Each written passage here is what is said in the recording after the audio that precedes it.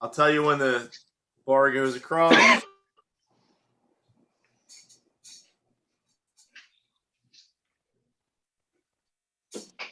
We're good, Frost.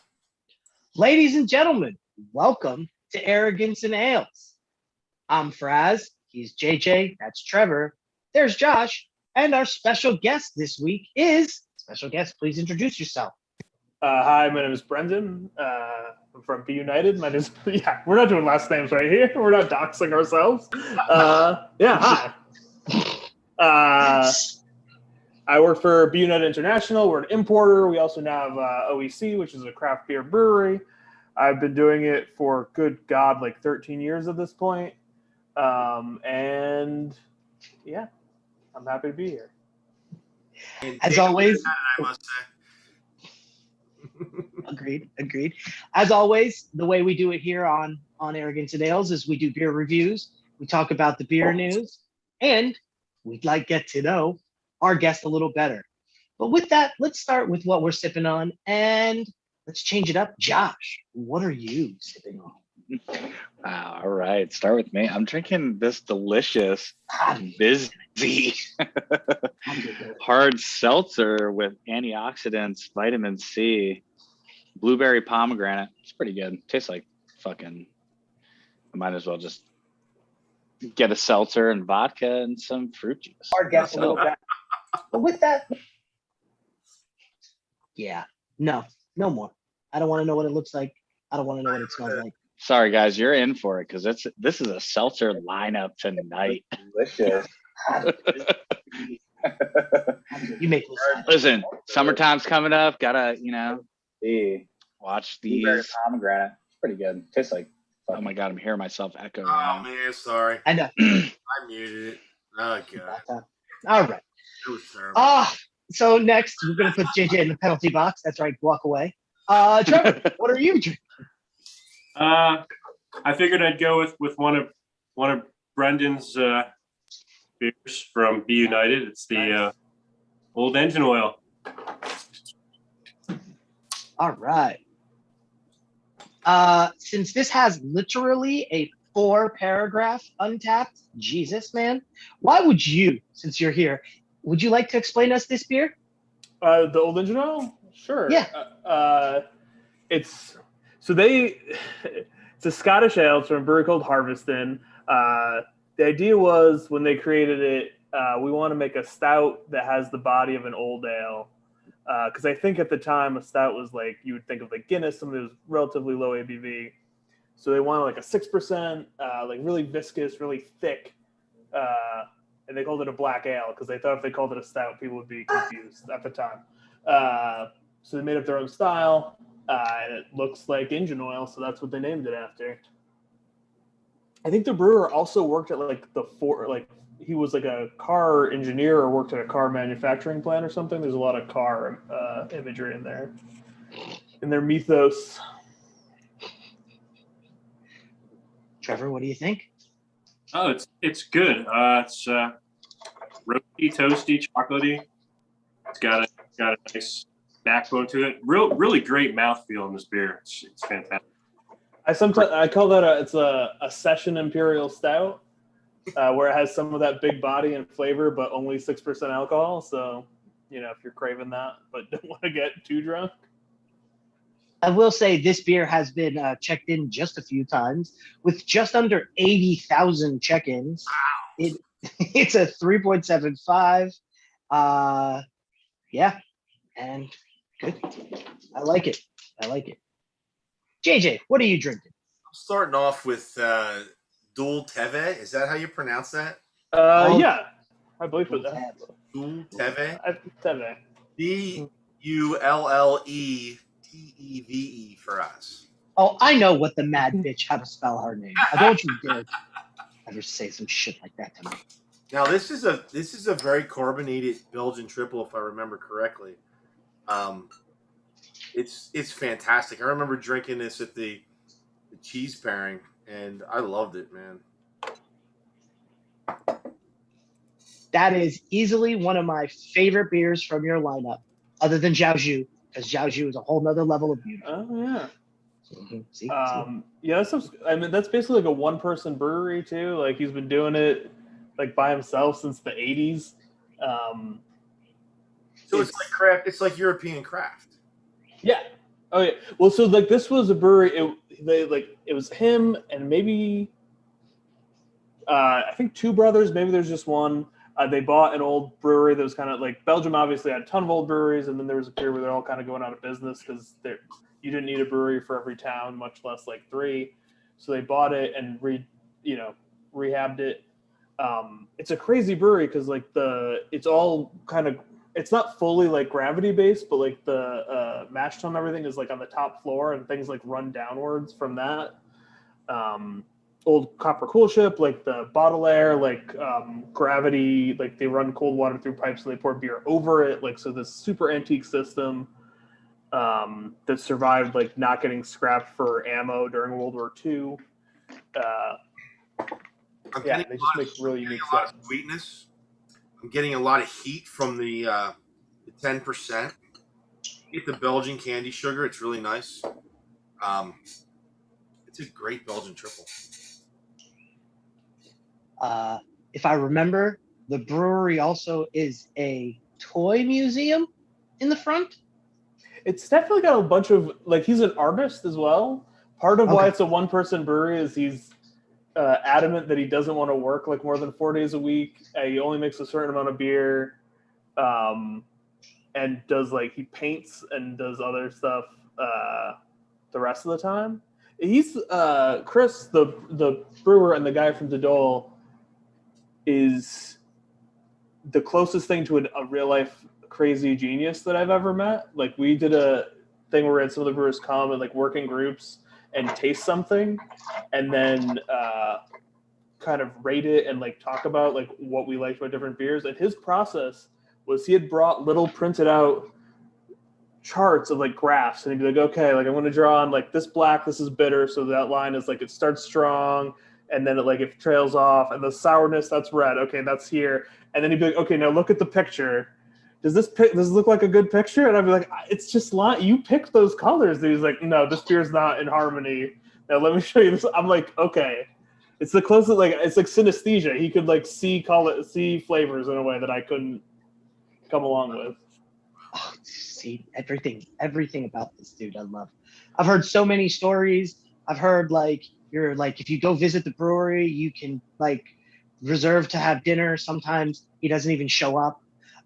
He has his mom do the tours. I don't know if sometimes. she's like, she's very old now, but she definitely did up into her 90s. I don't know if she still does.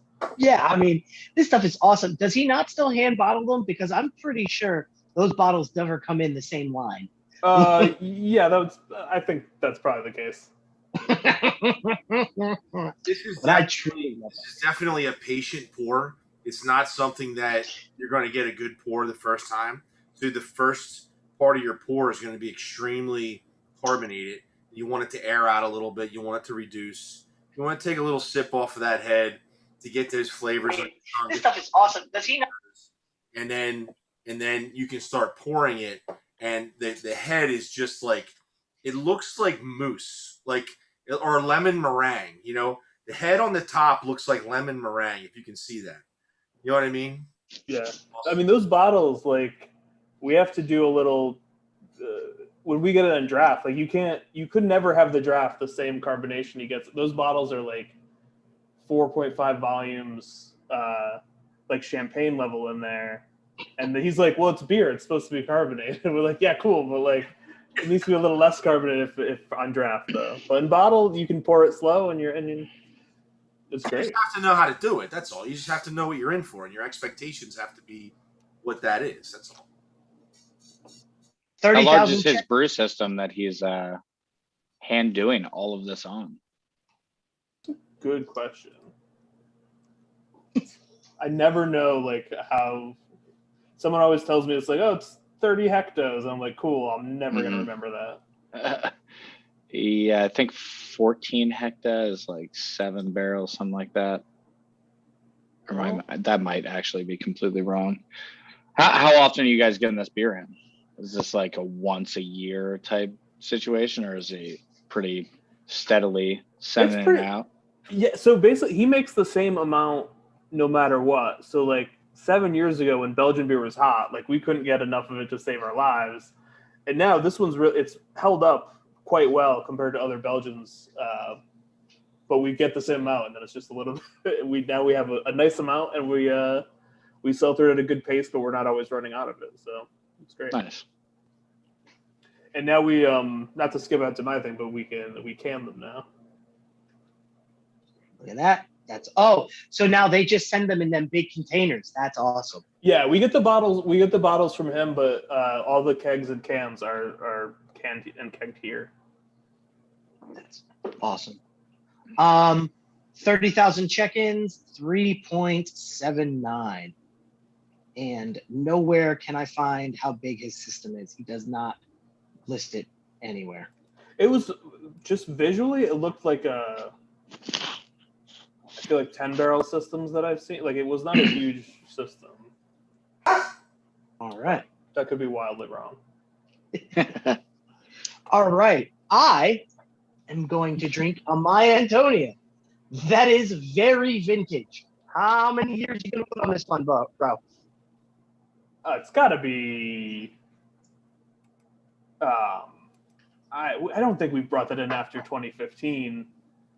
That would be. I'd have to dig through my emails to find out when that actually stopped coming in, but it's been a while.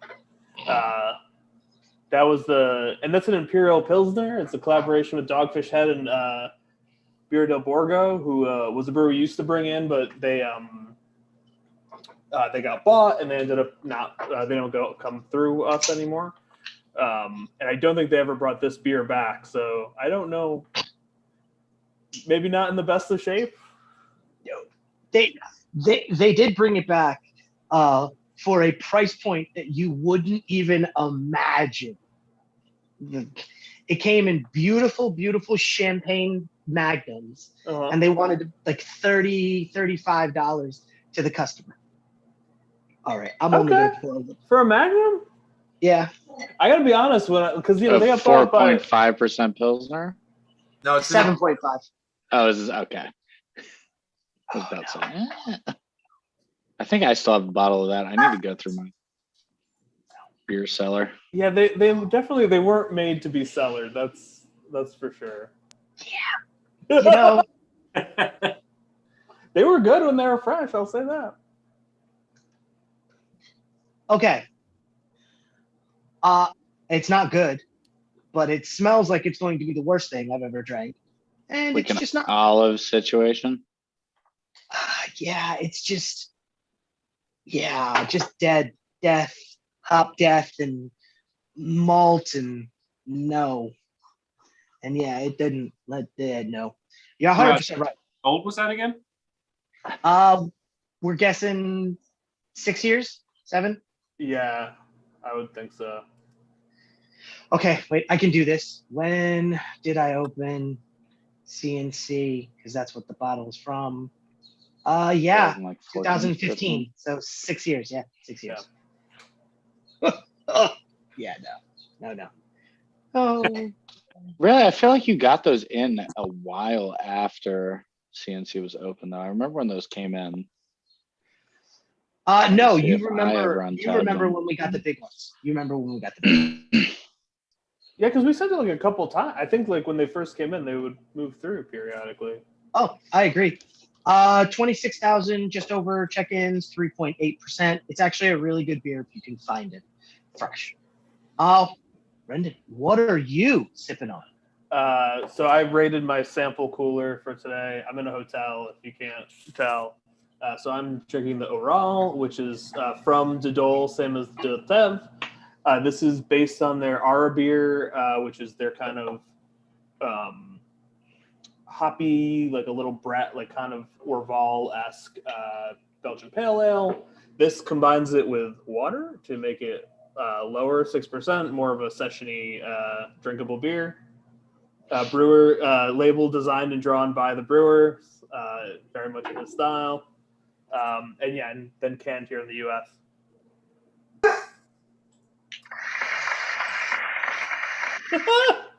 622 check-ins, 3.7. All right. With that, first round over, I think it's time for What's in the News. All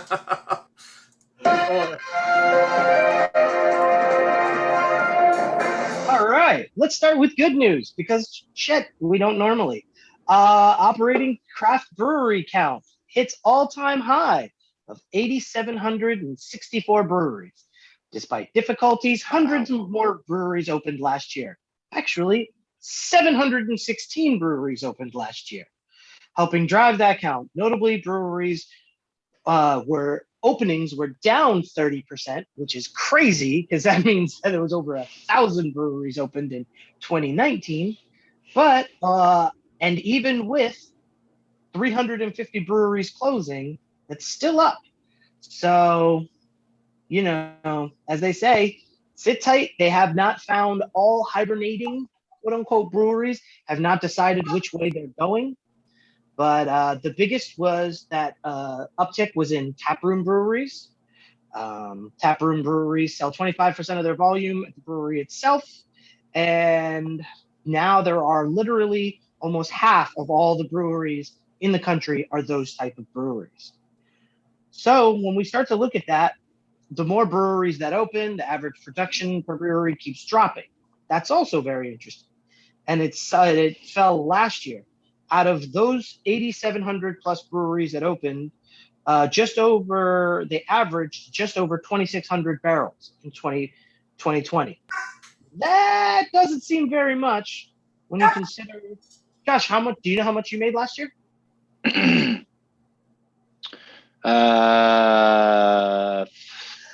Probably like 4,000 to 5,000 barrels. Yeah, it says the average is 5,000. So. Oh, wow, really? Yeah, it says the almost half of the the average is about 17. Oh no, you're right. The average is 3,200 barrels. Okay. Per brewery. Yeah, that was year one. We were probably like 2,000 to 3,000 area, doubled. But I don't think a lot of distro breweries are doing that at this point. Yeah, like you said, it's in-house sales. Yeah, actually, it said in 2019 the average brewery did brew 5,000 barrels, which is in 2015. In 15, and that's because 6 years ago it was just all big boys. There wasn't this huge craft movement. Yeah, there's also less breweries. When there's less breweries, there's more barrelage per. You're dividing a pie into wedges. Yeah. Yeah, this is Stonks Talk. JJ knows all about this, all right? Yo, AMC's gonna squeeze soon. I fucking had to. Diamond strong, bitches. Diamond strong. Of course you did the cha-ching. All right. So something we do on this show is because I couldn't drink that first one. So I need y'all. Somebody, and you know what? We'll let the guests. Brendan, why don't you pick my next beer? I have Urban Refuge from Torch and Crown. I have Rabbit from Lamplighter. I have the Finstones from KCBC. I have Pops and Crimes from Foam. Yep, from Foam. Yeah. And I have Laced in Space from Other Half.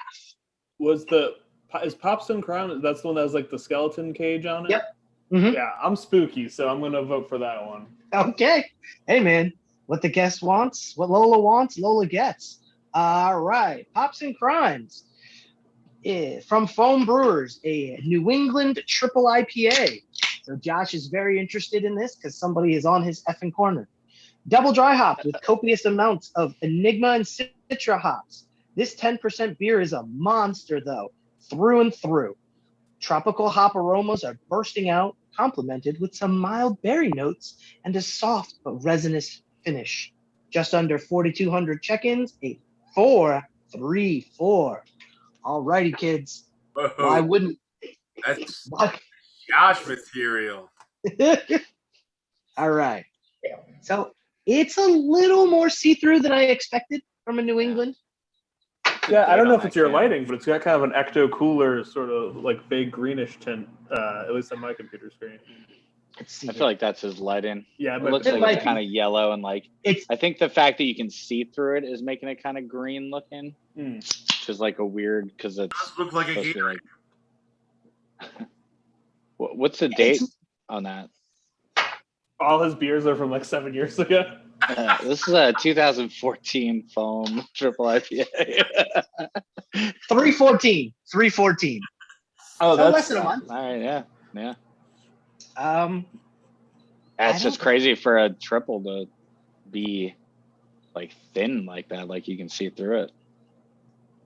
I don't love it, and I usually Hmm. really like their stuff. No. What hops were in there? Did it say? It's Enigma and Citra, Oh yeah, that's right. and So- I love Enigma. Tasting So- notes. What are you getting? Like So just bank citrus or No, just like no. a weird like It's like a weird like the alcohol isn't that like fuselage like too high taste, but it comes right in the back end. So you get a light little tropical note in the beginning, and I'm like, okay, this is going to be the fun ride I want to be on. But before it goes up like this, the alcohol just comes in and just says Nasan, and I know. are you getting like a Doesn't- dry, sweet bite on the back end? Yeah, it's super dry. I really don't like how That's super weird. dry it is. This might be an arrogance and ales first. Faraz is having a hard time getting drunk. You I gotta was- chug it at this point. he's kind of selling me on this beer that you don't. I'm like, oh, dry finish. Like, all right, I'm not normally a New England IPA guy, but if you're dry in the finish, I'll give it a taste. Well, that's the secret to getting a nice triple IPA to hide the ABV. You got to have a nice dry finish. We were talking about that zombie fog, whatever, yesterday. Faraz, that like but there's a balance in between that crazy sweet like boozy finish and a dryness that I think ABV can hide behind. Yeah, and then now Right. that it coats my tongue, it's just a little heavy on the malty for me. Which no, you're 100% right. I'm going to be disappointed if I'm not drunk at the end of this. But Trevor, no worries. We got 4 more beers for the dazzle. We'll I get think you'll be okay. I got faith in you. considering my psychopath ass is like nothing but triples and doubles. All right. Anybody else crack the beer, or is it time for me to go to topic number? I'm gonna open my second one. Oh, okay. No, get your Bud Light seltzer out of here, Josh. Trevor, what? I hate For the love it of- if anybody is. What for the Anybody love of wants ODB are you drinking or sipping on? It's the Interboro Lifted. Oh yeah.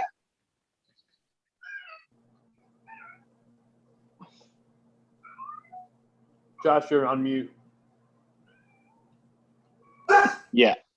Was I supposed to be talking? Sorry. I know. I thought you were talking. Go on. What were you drinking? Lifted. There it is. Oh, it Taking it. smells great.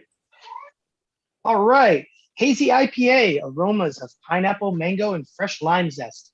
Flavors of freshly squeezed OJ and fruity pebbles with a light body. Please. Easy for you to say.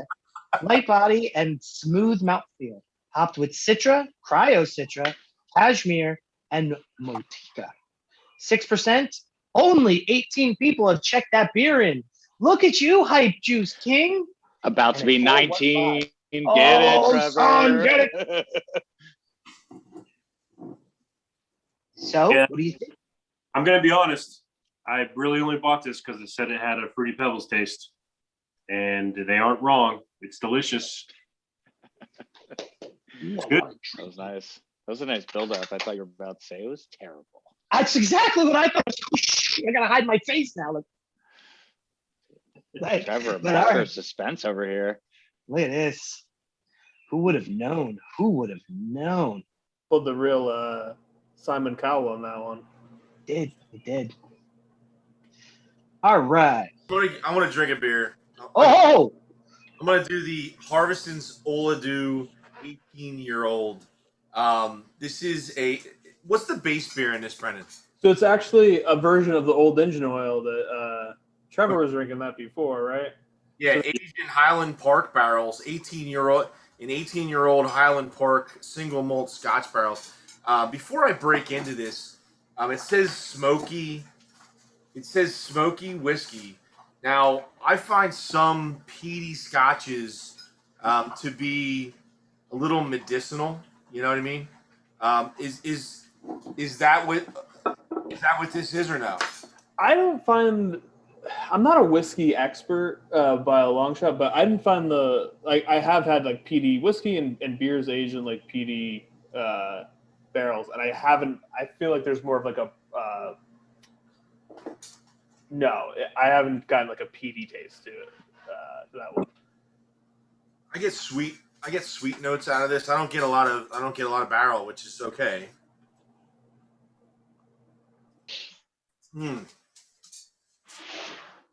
Wow. It is very smoky. It's awesome. None of that peaty, earthy flavor that I don't like. I will definitely buy this again. This is fantastic. I do like to experiment with peaty single malt scotches just because it's something that I want to learn to like, you know what I mean? And so I was hoping it didn't have it because I just don't like that flavor in beer. So this is perfect. This is really great. Yeah, peat's definitely like I like it sometimes, and other times I'm just not. It's definitely not an all the time food for me. Agreed. It's just if I want a Lafroig, I'll drink a Lafroig or however the hell you're supposed to pronounce it, and then I get. No, it's the frog. La Frog. Yeah, that was right. It's French for the frog. Well, you're bringing in tomorrow. We get the J.W. Lee's Lagavulin. Yeah, and that's the one. That's the beer that tastes like peat. Like, Oh, does it really? oh yeah. Oh, I want to try that. I want to try it just for the experimental purposes. I'm looking forward to that too. Yeah.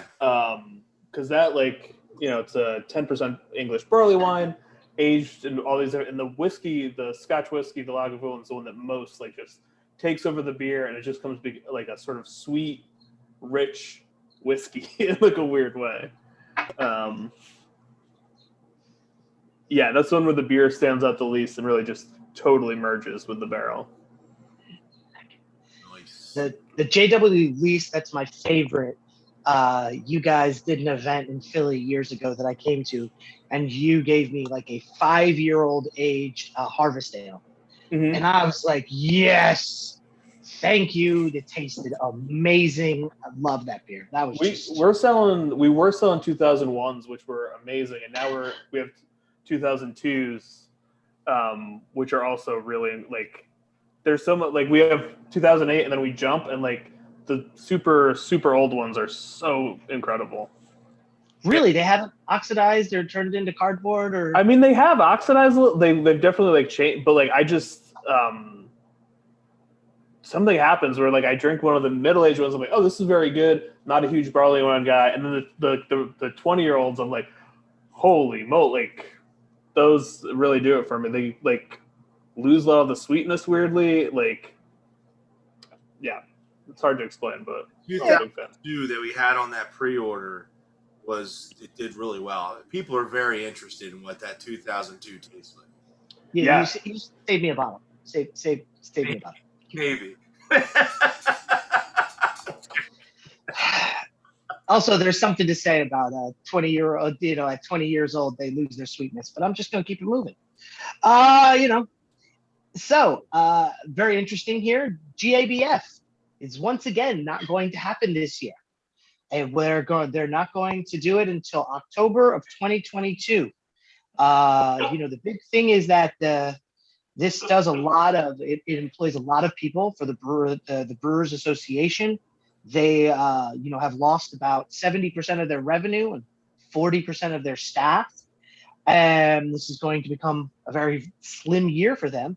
But in good news, they have decided though to go forward with CBC. CBC will take place in Denver in September. And let me tell you, if you ever have a good time, kids, if you can ever get to a craft brewers conference anywhere near you, go.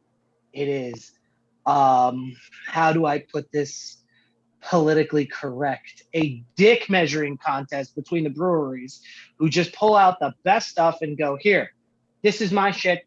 And then you see the brewer sitting there drinking his shit, talking trash to the other brewer who's got the other 7 taps in whatever random bar you walk into. It's an awesome time and a lot of fun. And actually, it's very educational if you go to any of the lectures or anything too. Yeah, I went to see the Gray Lodge during the last CBC in Philadelphia. It was awesome. It You ever was, go to the Gray Lodge? yeah, it's actually like one of the closest bars to my house. So I haven't been there in a while. I wonder what's going on. But yeah, no, it's a great bar.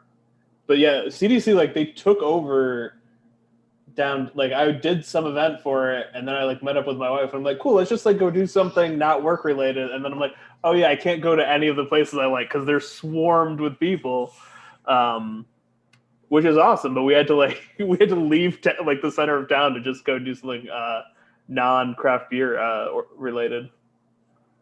Just eat a slice of pizza. Yeah, your event in Philly was at hold on.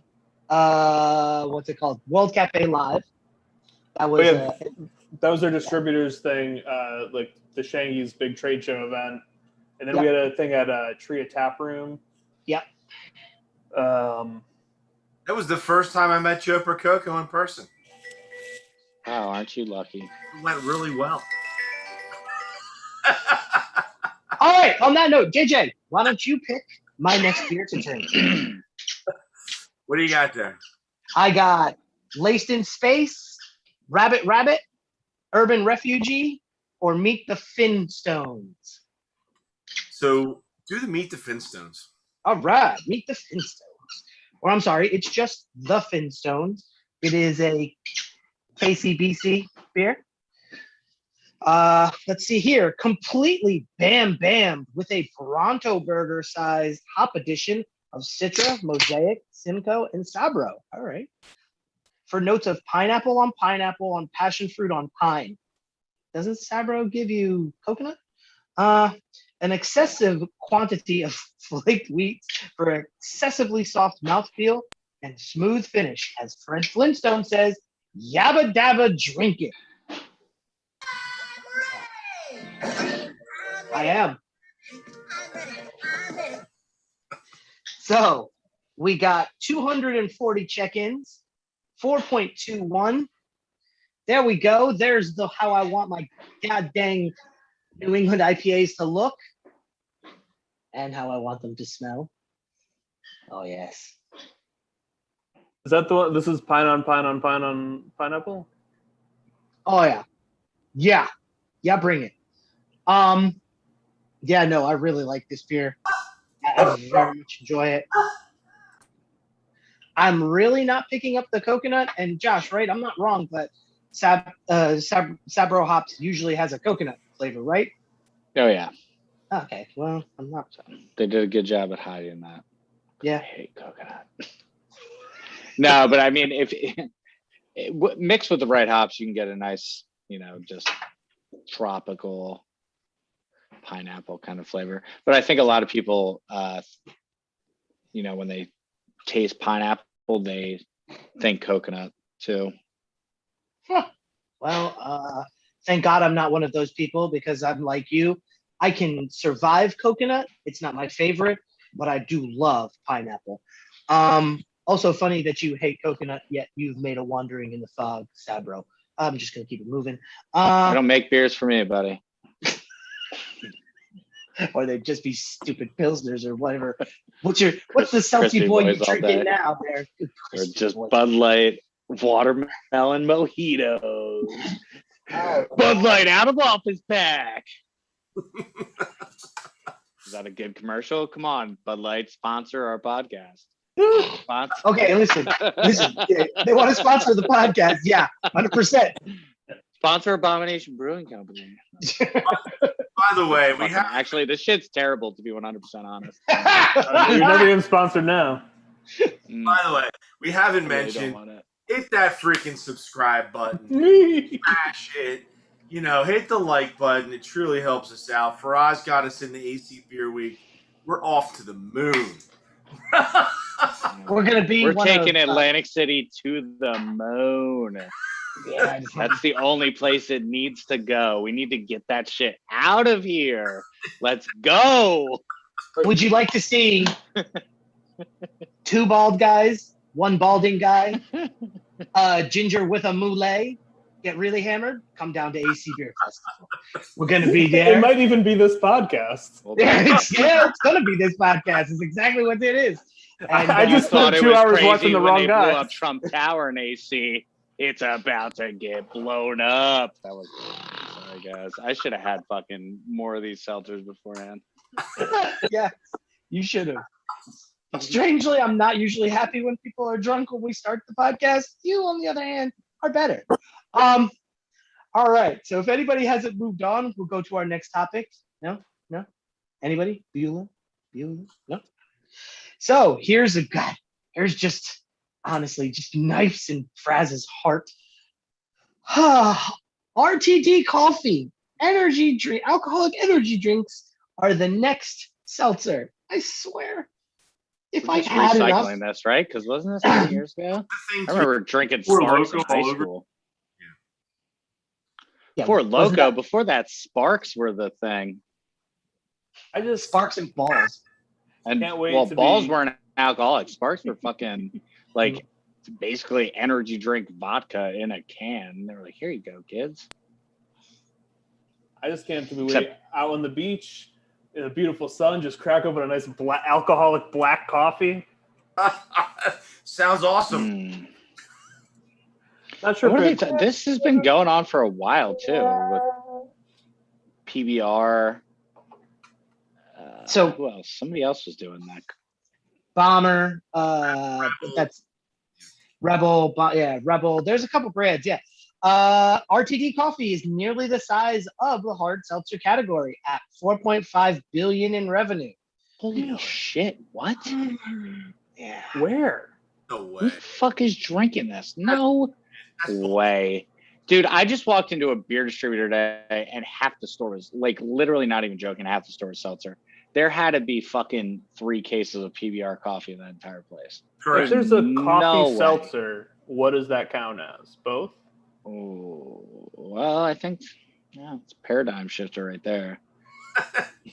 I knew when I walked in and I saw a Christmas seltzer pack. I'm like, oh, I don't know how deep this well goes. We threw a whole pine tree in this shit.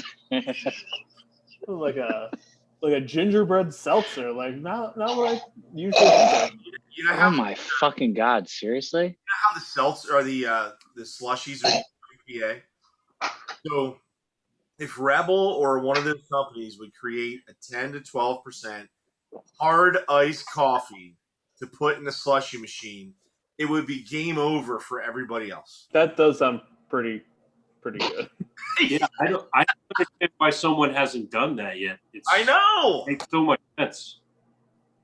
Just taking notes over here. I was just gonna say, there you go, Josh. Like, I don't believe these numbers though. That's insane.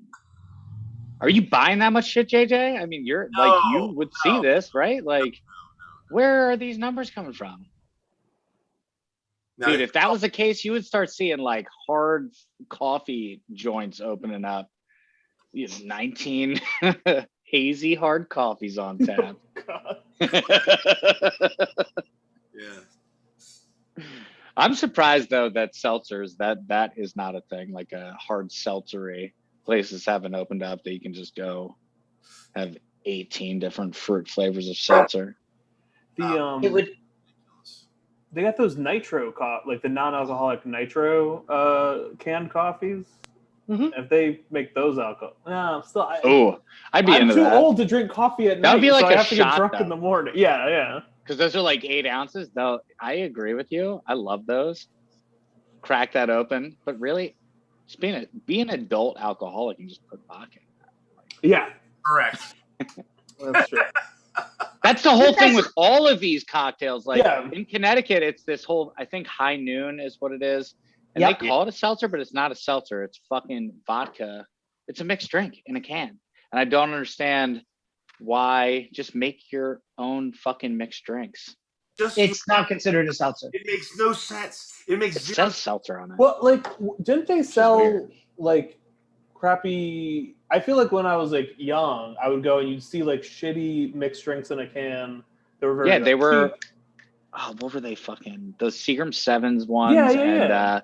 Yeah, anything along those lines. It was water, the wine coolers and shit like that. So it's just like a rebrand, and yeah, the first time you Yeah. hear alcoholic seltzer, it's like just buy a seltzer. But everyone was like, yeah, but what if it already had the alcohol in it? Like time saver. Listen, it's for the hazy bros to walk around and like. Here's the thing: if you want to have like your hard seltzer like tap room, you would have to put it in a resort town. If you put one in Vegas, 100%. you put one like an AC on the boardwalk, it would work because you get hazy boys and chicks who want to and people who want to worry about their weight just be crushing them, bro. Crushing them, bro. No laws when you're drinking claws. It's like the margarita drive-throughs in New Orleans. Yeah, there you go. Same thing. Same thing. All right. I can't. No, we're done with that topic. There was more. It was all about the alcoholic energy drinks, and Rock's doing one of them. I don't know. No. Who cares? I don't care. What I find interesting is Molson Coors is going to deprioritize. That's a wonderful word for get rid of certain brands. And one of them is a brand that I remember back in the day. So the brands they're going to deprioritize are Coors Extra Gold, Keystone Premium, and Red Dog. Come on, the dog, son. Smith & Forge Hard Cider and Crispin, which they bought in less than 10 years ago for $100 million. Wow. So do you remember, and I remember this, is I got 30 fucking years in this business. Coors Extra Gold used to be Coors' best beer. It was their premium beer. It was the higher end. It was like the Michelob of Budweiser's, right? Then they deprioritized it one time. It came down to sub-premium. Now, we still sell. Trevor, how about it? How much do we sell? Extra Gold? Yeah. Well, it's been discontinued, so not a lot after.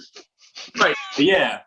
But apparently 90% of their sales are in Pennsylvania, and I didn't go that either. What? yes. It's actually Fuck. it's actually That's- one guy. Yeah, huge PA beer, and they kind of stopped. They deprioritized it and kind of weren't making it for a little bit there, and people were getting real upset. But apparently, it's only in Pennsylvania where people are getting upset because nobody buys. How about the Miller Coors rep that came in? He says my numbers next year are going to be awful. He says we sell 90% of Coors Extra Golds nationally in Eastern PA, and it's all my numbers, and it's going away. Someone's got to buy that recipe and just start making Nextra Nold or whatever. They do. It's called Natty Bow. Like, Jesus, come on, people. They are also pausing production of certain SKUs. This is some of the interesting ones. I almost don't believe some of the names on this. Coors Banquet, Keystone Light. Whoa. Did you say Banquet's getting paused? Mm-hmm. The fuck? Dude, what are Banquet, people going to drink? What am I gonna drink? dude. Coors Miller Banquet- High Life. Miller High Life. Those are my MGD. two beers. Yo, High Life, those are fighting words.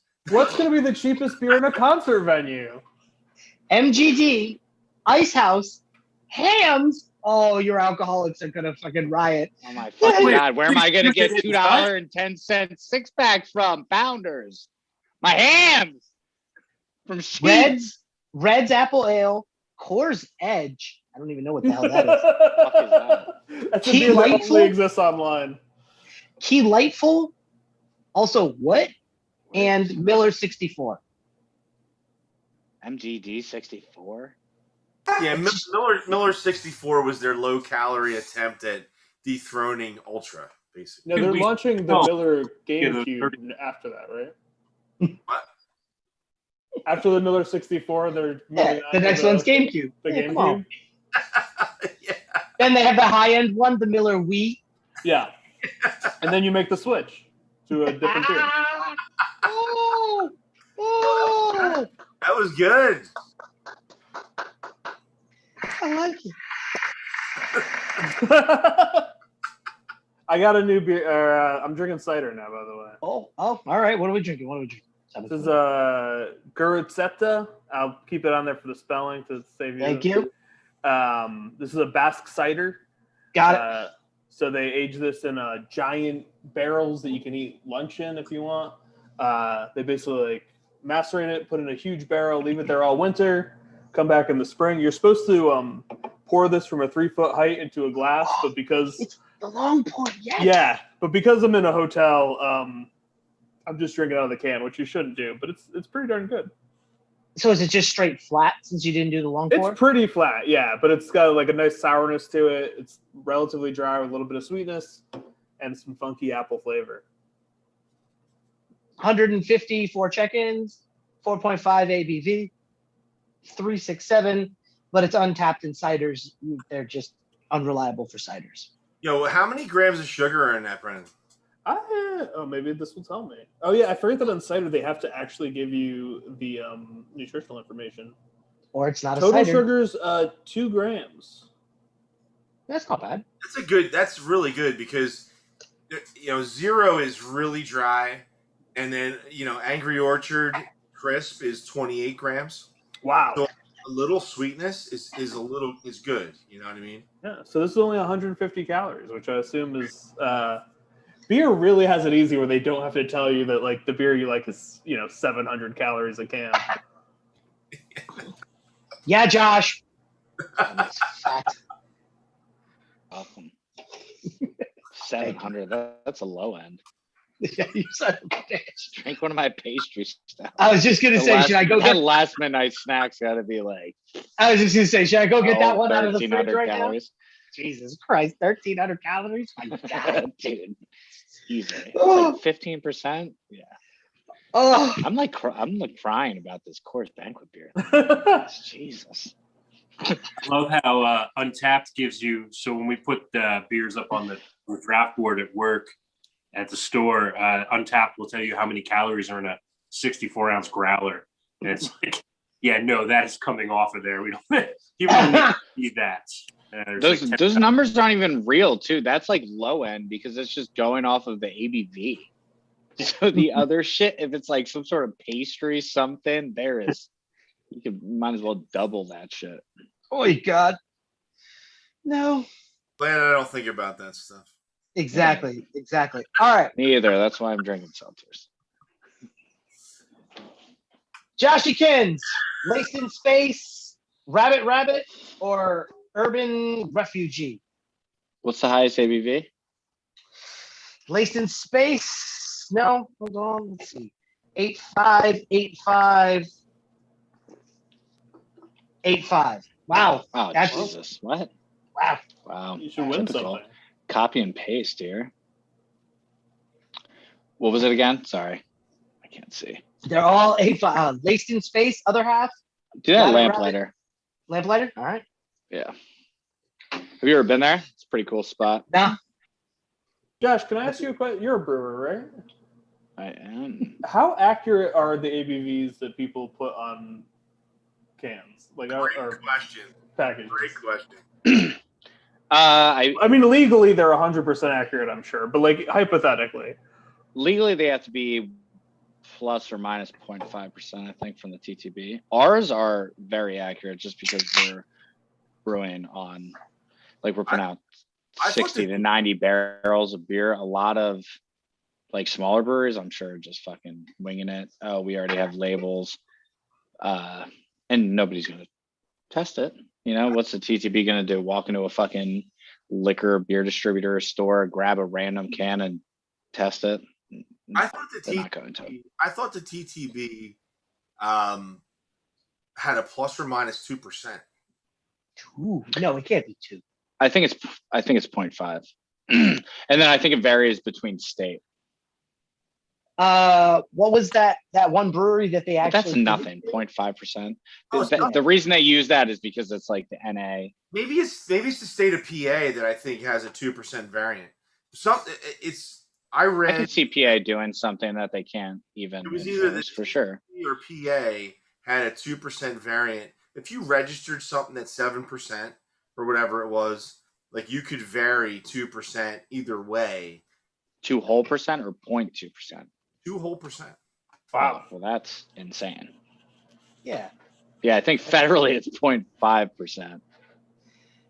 But we've had a few beers that have been like, whatever, it's like, oh, the label says 7.7 and this is at a 7.9 or 7.5 or something like that. Stupid. It's like, well, what the fuck are we gonna do?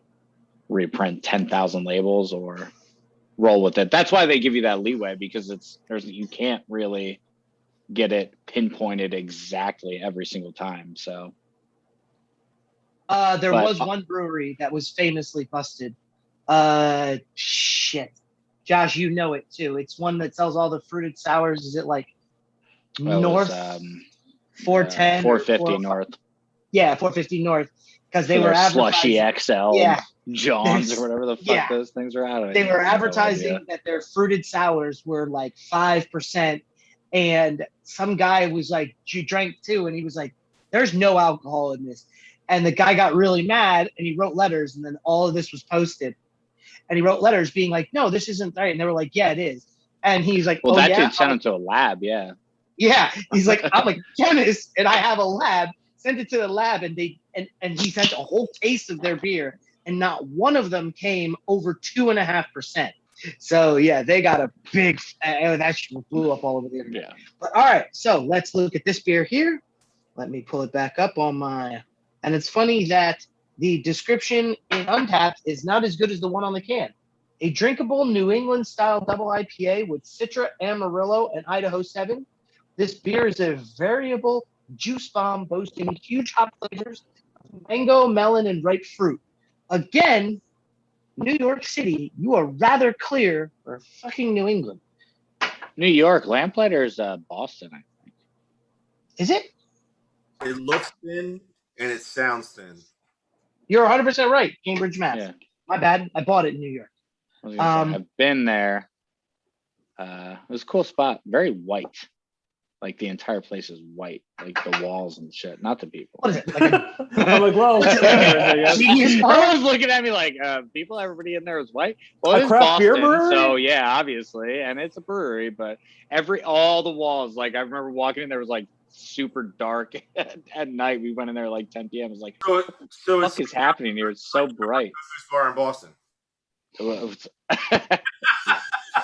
Yeah, basically. Much cooler. Beer was a lot better though.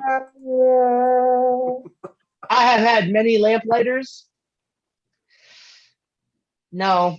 Shit, did I taste that sour? A real sad night for you, Faraz. Real sad. Yeah, what's the canned on date on that? It's 6 days old. It's 6 goddamn days old. old. maybe it hasn't gotten there yet. Maybe you need to wait. I don't know where it's going because it's a multi as AF for a. Yeah, I can see your shirt through it. Yeah, exactly. No. I mean, yeah, just no. All your beers have been awesome. It's the first one that makes me sad, and it's a cool name and a cool ass can. Mother. Oh, that beer's been around for a while. I think that's one of their regular releases, isn't it? 20,000 check-ins, over 20,000 check-ins, over a 4 on Untapped. I'm just going crazy today, maybe. It's just I'm so angry now. All right. Anybody else picked anything new lately? Yeah, I'm drinking this Bud Light Strawberry Daiquiri Seltzer. Mute it. No. Yeah. Yo, we're 6 minutes out from an hour-long video, so let's get this rolling. I'm trying, Oh man. my I'm God. trying. Oh, yeah. We're normally in. Are we getting into the meat of the podcast now? This is the meat. And you know Okay. what? Let's go to the It meat. just And the meat started. is- We haven't gotten anywhere yet. No, we really haven't gone where we want to go. But we have a guest, Brendan. Hi. Tell us about your path. I mean, 13 years. God dang, that's impressive. Yeah, I went to, I'm from Connecticut originally. I went to college and then didn't do well and had to kind of leave and then go back in again. And in my final semester, I started working at Whole Foods as a cashier just to get money. And I quickly transitioned over to the specialty department, became a beer buyer in about like a year or so. And then in that time, graduated from school and was like, oh, I really actually liked working there quite a bit. Great people. But I was like, I gotta go and like get a different job than this. And I emailed Be United because I was like looking at boxes that came in that I was putting away as a beer buyer. Le Chouffe, which we sold at the time, I'm like, oh, this company's in Connecticut. I'll email them and see like what the deal is. And then I got an interview off that, which is normally Be United only hires people that have been like recommended. Like it's very unusual, but they were like, they happen to need someone at the time. So like, sure. Yeah. They interviewed me. Then Le Chouffe got bought. So like it took I had my first interview, like 4 months passed, my second interview, and then it got hired. And then I never left. And in 2010 or in like probably 2008, I started going down to Pennsylvania as like my secondary market. I lived in Connecticut, and that was my primary market. Turns out Connecticut is not nearly as cool as Philadelphia is. So and especially like Connecticut, selling beer in Connecticut ruled until the fall of 2008, where there was that big stock crash, and because all my beer was sold in Fairfield County, which is just all New York. Not all New York stock people who live there, but apparently a lot of people who bought like tons of weird Belgian beer no longer had it so easy in Connecticut, moved down to Philly, which I fell in love with immediately, and still there.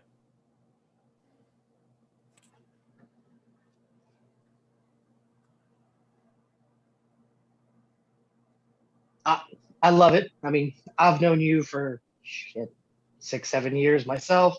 JJ's known you, since you started in the game because, no one's older than JJ. And, Yeah, every now and then I notice how long I've been doing this, and I'm a little bit shocked every time. But, I love it, so I never thought when I started doing this I'd be doing it for such a long time, but, like, I'm not going to do anything else. I mean, God forbid. It really kind of becomes that way. And then now it is time in Arrogance and Ales where we navel gaze. Once you get into this industry, especially like on our side or, like a actual brand rep, you don't leave. You may leave the brewery you work for, but you don't leave. Like you just are there the whole time. Like, it's just like, yeah, this is just the lifestyle. You just become so accustomed to it. And it becomes this wonderful hug that you just can't leave. That's why they don't ever pay us enough. No, I'm kidding. Well, like I'm traveling now. I'm not with my wife, which I would love to be home. There's all kinds of things that are difficult, but like then I pull back and I'm like, oh, I like sell beer for a living. I don't. I have great coworkers, but I don't have to see them unless I reach out to them. And I sell a product that I really enjoy. So I'm like, yeah, you can't beat that. I will say you sell some of the most unique European brands on the market. When you come into the store, my ears are on radar. Right? I was going to say, we love when we see Brendan walk through the door because he's always got that backpack. And it's like, he's just reaching in there and grabbing all kinds of like, what's he going to pull out of there next? Like every time it's just fantastic. And you're very knowledgeable on everything. And we really appreciate that. And it's really great when you come in and yeah, we love it. Thanks, man. That's really nice. So please just talk a little bit about a beer. Like, so everybody knows, I would say Sam Adams Utopias. It's kind of like a brand that people know, and it's like, oh, it's this thing, and it's $300 a bottle, and they only make it every other year, and it's possible to get. Am I the only person that thinks that Zhao Zhu not only tastes very similar, it may be better? Yeah, I mean, I'm biased. I'm really because that's. But Zhao Yu from Baladin, it's like they basically make a beer and like a barley wine, and then like treat it like sherry, so it's fully oxidized. It's flat. You can leave it open on your counter for 6 months, and other than getting dust in it, it's not going to really change. But for like kind of a digestive, I think it's like I haven't had Utopias in a while, but I feel like I use like a little bit less sweet in a weird, even though it's quite sweet, it like doesn't have that like bright forward sweetness. The alcohol's a little bit lower, but it's also like significantly less hot, and it's just a really nice like dessert thing, or just like a little something to treat yourself at the end of a meal. Throw it on some ice cream or something, and it's yeah.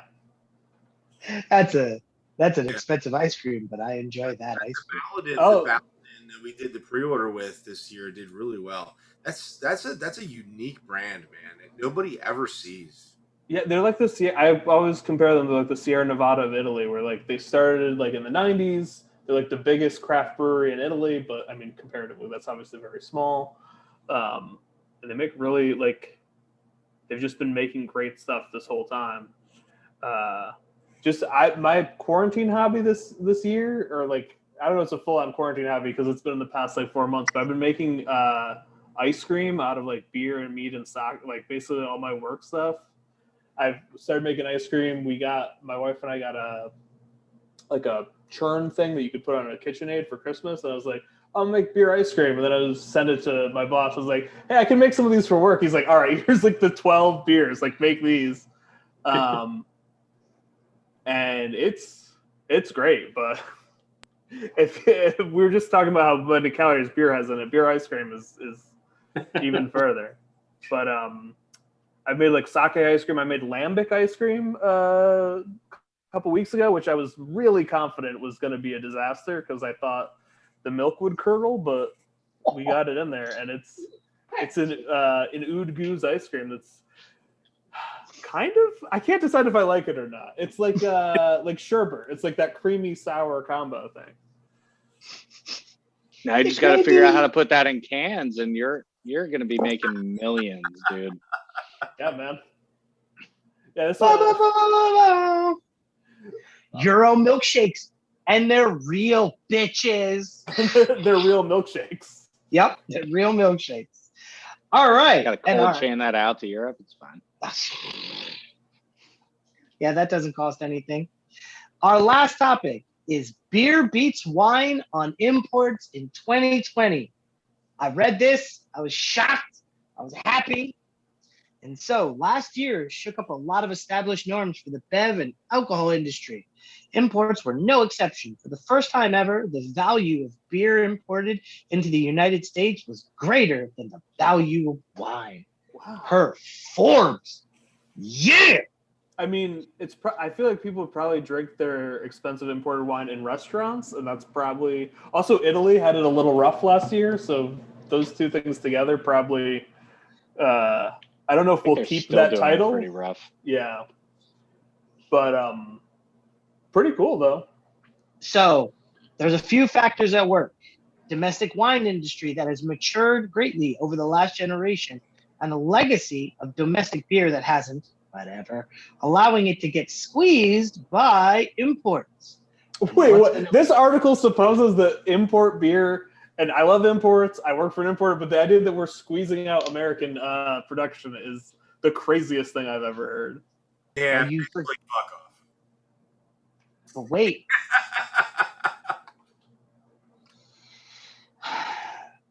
Mexican beer. Oh, okay. All right. Which is currently 73% of imported beer into the United States. Is that real? Yeah, it is 72.27%, and it is worth $5.75 billion. Oh, that's cool. Yo, Wow. the big domestic beer companies, when you're getting crushed by Corona in 2020, your marketing maybe could be better. I mean, Corona's got the best marketing. Sure, we keep Like- talking about it. That's all anybody's talking about. Like, are you serious? How many commercials do you see? They don't even have to do them. No. I see it literally every time I turn my phone. Corona. It says virus afterwards, but it says it. Like, come on. Does it make me thirsty? I'm gonna be thirsty. Didn't like their sales drop when the coronavirus first hit because people were No, I like, think they went up though, didn't they? It went I up think like 50% or something like Oh, so- that, oh, yeah, it was weird. right? It dropped 30% in like the March, and then it was almost like this reverse backlash, like, no, F you people, this is my beer, and it launched. Just Yeah, I remember it was just like, holy launched. shit, like a couple months afterwards, like Corona was killing it. You couldn't find it. They were out of the Yeah. little fucking 7-ounces and everything. And Well, they also one of have the a other- seltzer brand, don't they? Yeah, you Yeah. do. Oh, What is it? Corona Seltzer. Oh, is that yeah, okay. It- No, I didn't know if it was like some random, in all honesty, what advertising do they do? I don't ever see Corona. Have you seen the Fast and the Furious film series? Because they've got a pretty good placement. I think there's one of them one where time in Vin- year at Christmas time when do the corona commercial. I think there's legit in like Fast and the Furious 8, Kurt Russell's like, I like this Belgian ale, and Vin Diesel's like, no, Corona. Like it legit, like there's a conversation where they discuss that. I would not be surprised with that product placement. It's all about family. Yeah. Corona. La Familia says it on the bottom. I I feel obliged. Be United is now importing 2 breweries from Mexico, Monster de Agua, a collective out of Mexico City, and La Brew, which makes a artisanal blue corn-based lager. So, check them out. We're not responsible for the growth in Mexican beer imports, but they are really good beers. Blue corn. yeah, that was interesting. When I said the same thing, blue corn. That's interesting. Instead of wheat, or is it? I think it's like kind of it's a corn lager, Corn and that lager, sort of new kind of reclaiming that style and using. It's called Maize Azul, so I'm, you get it. I- Well, this doesn't look in. I'm curious. Exactly. And then the other brewery is like they use 20% agave sugar as their fermentable sugar. Oh, hello. Yeah. All right. Is that going to be the title of this week's episode? I'm curious. No. One of the other reasons that foreign wine is down is that both France and Spain have been tariffed from previous administration Right. heavily. And so French wine is down 20% and Spanish wine is down 12%. And Italy, which wasn't tariffed, is down only 0.5%. Gotta get rid of those tariffs, man. I hate tariffs. Agreed. Tariffs really don't work. All right. On that bombshell of tariffs don't work, before JJ starts to get mad and starts throwing crayons at us, I think we should wrap it up. Brendan, thank you so much for coming on with us. Hey, thanks, This guys. has Thanks been- for having me. No, man, thank you. It was our honor and pleasure. Thank you for watching Arrogance and Ales. I'm Faraz. JJ. Trevor? How are we doing? Josh. Brendan, beunitedint.com. Follow us on Instagram at beunitedint. Smash that subscribe button. Smash the like button.